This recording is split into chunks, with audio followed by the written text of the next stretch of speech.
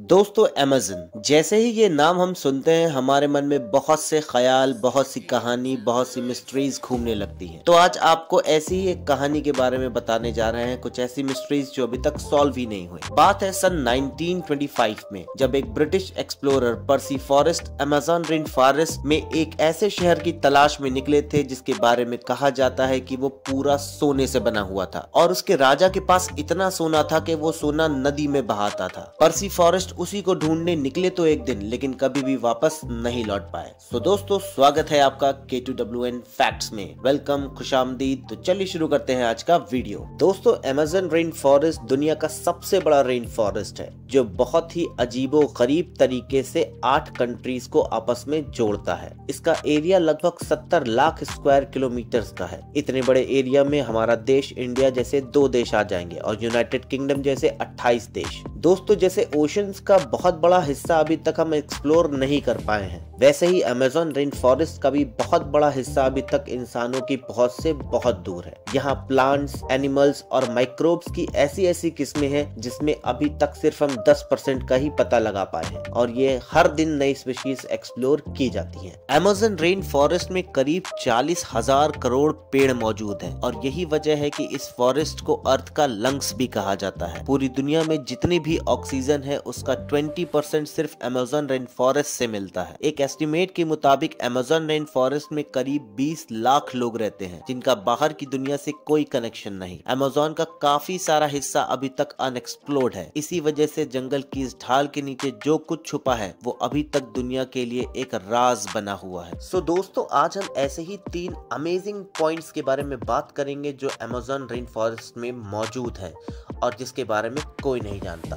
तो चलिए जल्दी से स्टार्ट करते हैं। Point number 3। सदियों से हिस्टोरियंस को ये कंफर्म नहीं था कि अमेज़न में रहने वाले लोग कहां से आए, कब आए और क्यों आए, लेकिन 2017 में ये पहेली तब सुलझने लगी जब आर्कियोलॉजिस्ट को कोलंबिया के करीब अमेज़न फॉरेस्ट के पहाड़ों में कुछ पेंटिंग्स बनी हुई दिखाई दी। ये बड़े बड़े पत्थर पहाड़ के अंदर पूरी तरीके से दबे हुए थे और इन पेंटिंग्स को समझने के लिए इनको एक्सपोज करना बहुत जरूरी था। इसीलिए आर्कियोलॉजिस्ट ने यहाँ 13 किलोमीटर लंबी खुदाई की तो पता चला कि किसी दौर में ये पत्थर एक सुरंग के अंदर मौजूद थे। इस 13 किलोमीटर की सुरंग में जो पेंटिंग्स बनी हुई थी वो करीब 12,000 साल पुरानी थी। उस वक्त आखिरी आइस एज का दौर चल रहा था और नॉर्मल सी बात है कि उस वक्त ये जंगल बिल्कुल भी ऐसा नहीं था, यहाँ सिर्फ बर्फ ही थी हर तरफ। इन पेंटिंग्स में कुछ ऐसे जानवर भी बने थे जो सिर्फ आइस एज के वक्त ही पाए जाते थे, जैसे कि मैस्टोडॉन्स और जायंट स्लॉथ्स। इन पेंटिंग से ये भी अंदाजा लगाया जा सकता है कि उस दौर में यहाँ इंसान किस हालत में रहते थे और वो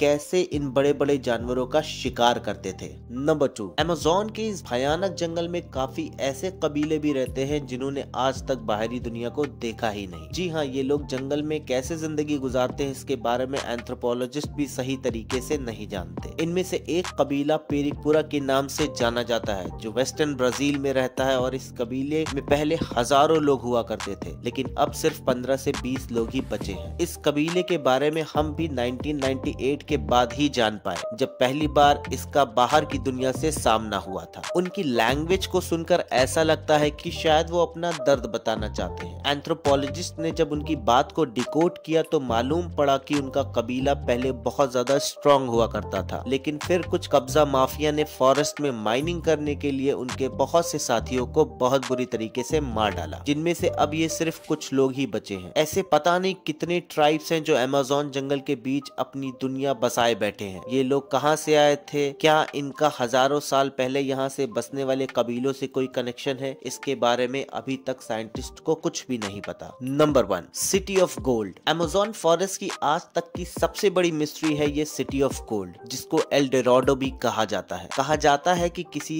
जमाने में यहाँ पर एक शहर हुआ करता था जो पूरा सोने से बना हुआ था। यहाँ यहाँ का किंग रोजाना सोने को नदियों में बहाकर अपने लोगों में बांटता था। 16th सेंचुरी में यूरोपियन साउथ अमेरिका में आए थे, जहाँ अमेज़न रेन फॉरेस्ट मौजूद है, जो अपने साथ काफी सोल्जर्स और इस इलाके पर कब्जा करने का प्लान बनाकर आए थे। यहाँ उनका सामना होता है अमेज़न के लोकल लोगों से, जिन्होंने यहाँ अपने शहर बसाए हुए थे। यूरोपियंस ने उनके बनाए हुए शहरों पर कब्जा कर लिया और 16th सेंचुरी के आखिर में उनको खबर मिली कि अमेज़न फॉरेस्ट के डीप में एक ऐसा शहर भी मौजूद है जो पूरा सोने से बना है। इसी पर यूरोपियंस ने एल्डोराडो सिटी की तलाश शुरू कर दी। अमेज़न फॉरेस्ट छान लेने के बाद उनको यहाँ के बहुत सारे कबीले तो जरूर मिले, लेकिन जिस शहर की तलाश थी वो ना मिल सका, जबकि यहाँ उनको काफी सारा सोना जरूर मिला। अगले 200 सालों तक तलाश जारी रखने के बाद आखिरकार एल्डोराडो को मिथ डिक्लेयर कर दिया गया। उसके बाद 19th सेंचुरी में एक ब्रिटिश एक्सप्लोरर पर्सी फॉसेट ने